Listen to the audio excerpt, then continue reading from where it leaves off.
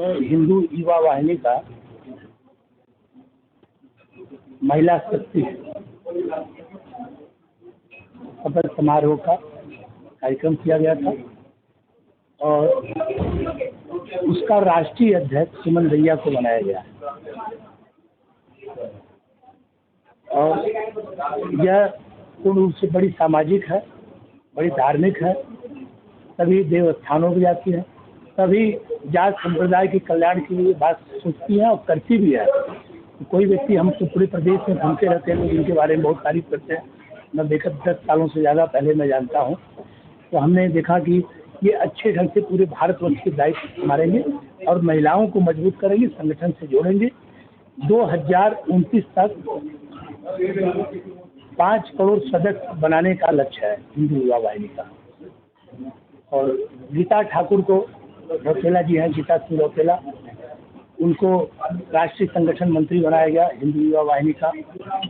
श्रेष्ठ जी को एडवाइजर बनाया गया और उसी का शपथ समारोह किया गया। हिंदू युवा वाहिनी की अगर बात करें, क्या मकसद है, क्या उद्देश्य है?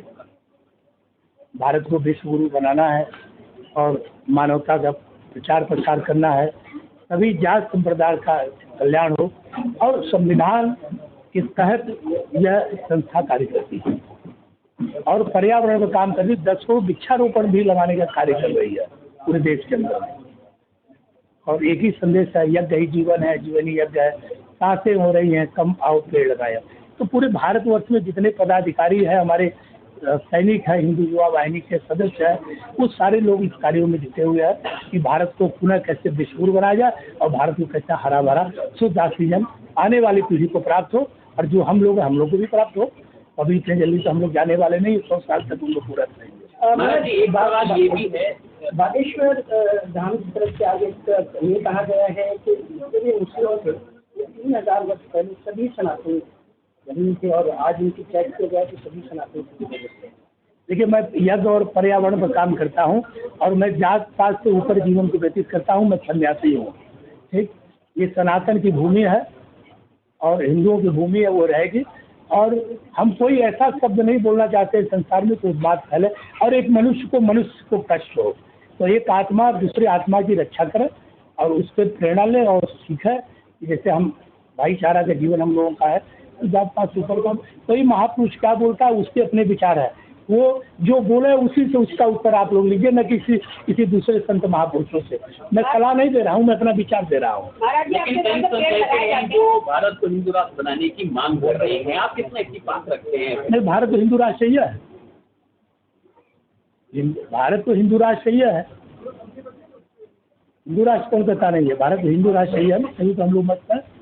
महाराज जी, आपके द्वारा जो पेड़ लगाए जाते हैं उनका संरक्षण किस प्रकार से किया जाता है? 5 साल तक स्वयं ही लोग देखते हैं, संस्थाएं देखती है, हमारे अपने लोग देखते हैं जो लगाते हैं, उस ढंग से इसको बालक के पाल कर उसको बड़ा करते हैं। ये भारत हिंदू राष्ट्र कोई गलत फहमी में न रहे। अब कब बनाया जाएगा? तो बनाया हुआ हिंदू राष्ट्र, तभी तो यहाँ पर सभी जात संप्रदाय के लोग यहाँ आनंद ले रहे हैं। हिंदू राष्ट्र नहीं होता तो कैसे लेते हैं लोग आनंद? ये सिर्फ हिंदू राष्ट्र में ही हो सकता है और देशों में नहीं। उनके मजहब कराओ जाके, मैं चाहूँ कई देशों में मंदिर बना दूँ, सनातन धर्म के ध्वजा खड़ा कर दूँ, तो नहीं हो सकता है, क्योंकि सब कट्टरपंथी है। ये हिंदू राष्ट्र है, इसलिए सभी लोग यहाँ फल फूल रहे हैं, किसी का कोई विरोध नहीं है। आनंद से रहिए, विचारों का उत्माद कोई न फैलाए, मानवता का प्रचार प्रसार हो, सबको जोड़ कर चलाया जाए। बहुत बहुत साधुवाद, धन्यवाद।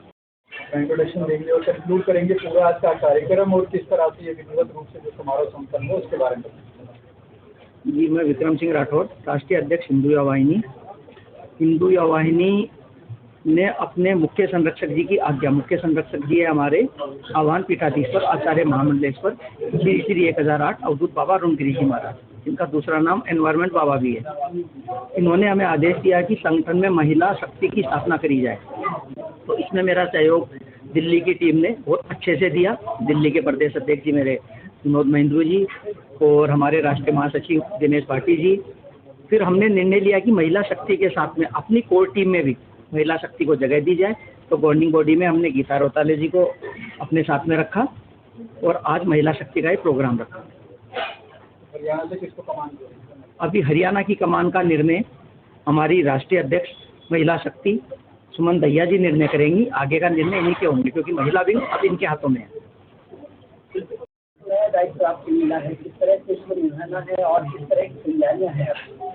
जी बिल्कुल, सबसे पहले तो मैं धन्यवाद करती हूँ हमारे हिंदू युवा वाहिनी के मुख्य संरक्षक हमारे गुरुजी आदरणीय 1008 श्री 1008 आचार्य महामंडलेश्वर आह्वान अखाड़ा गुरुदेव जो हैं वो आज हमारे समक्ष आज यहाँ पर आए और उन्हीं की दया दृष्टि से यहाँ पर आज मुझे जो ये दायित्व दिया गया, साथ में विक्रम राठौर जी जो राष्ट्रीय अध्यक्ष हैं, उनके अनुकंपा से सभी के मिलकर एक जो ये तैयार किया गया और मेरा नाम इसके लिए चयन किया गया, उसके लिए मैं गुरुदेव जी का और अध्यक्ष जी का धन्यवाद करती हूँ, क्योंकि ये एक बहुत जिम्मेदारी का पद है। ऐसा नहीं कहते ना, पद लेना बहुत आसान होता है, लेकिन उसको सही तरीके से निभाना और अपने कर्तव्य का निर्वहन करना ये बहुत ज़रूरी है। जैसा कि मेरे ऊपर निष्ठा रखी गई और मेरे से आशा की, तो मैं गुरुदेव जी की और राष्ट्रीय अध्यक्ष जी की जो इच्छा रही उसके अनुसार हमने जो हिंदू युवा वाहिनी का कहा, करोड़ों लोगों को हमने इसमें जोड़ना है और जिस तरीके से आज का ये कार्यक्रम जो है किया गया और मुझे ये पत्र जो है नियुक्ति दी गई, उसके लिए मैं धन्यवाद करती हूँ। आदरणीय हमारे पर्यावरण मंत्री राव नरवीर सिंह जी भी कार्यक्रम में पधारे, उनका भी धन्यवाद करती हूँ। उनके भी मुखारविंद से जो शब्द जो है शुभ शब्द उन्होंने दिए, उनके लिए भी शुभ संदेश। और आदरणीय मुख्यमंत्री जी को भी आज इस कार्यक्रम में आना था, लेकिन जो बाढ़ पीड़ितों के लिए जिस तरीके से राशन सामग्री निश्चित की गई और वहां पर पंजाब और हिमाचल में आई हुई जो त्रासदी है, बाढ़ है, उसको देते हुए सामग्री भिजवाने का कार्य आज मुख्यमंत्री जी कर रहे हैं, तो उनका सुबह ही इस चीज़ का संदेश आ गया था, तो उनकी शुभकामनाओं के लिए भी मैं धन्यवाद करती हूँ। महिला आयोग की उपाध्यक्ष आप रही हैं और अब युवा वाहिनी से आगे बढ़ना है, तो दोनों में कितना समन्वय स्थापित कर पाएंगे?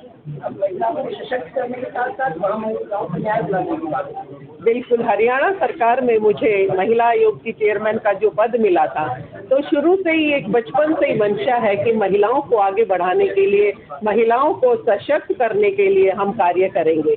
तो उस समय जब महिला आयोग में थी तो महिलाओं को न्याय और उनके अधिकारों के लिए ही लड़ाई वहाँ पर लड़ती रही और महिलाओं को उचित न्याय दिया जाए, वहाँ पर हमने इस कार्य को पूरा किया। लेकिन अब जो बात है, जो जिम्मेवारी दी गई है, वो हमने अपने हिंदुत्व को जो है गांव-गांव, गली-गली, घर-घर पहुंचाने की मुहिम हम चलाएंगे और पूरे विश्व में, जैसा कि गुरुदेव जी का आशीर्वाद है और उनका ये मानना है कि करोड़ों की संख्या में जो है हमने जो है पद ग्रहण करवाने हैं, लोगों को जोड़ना है।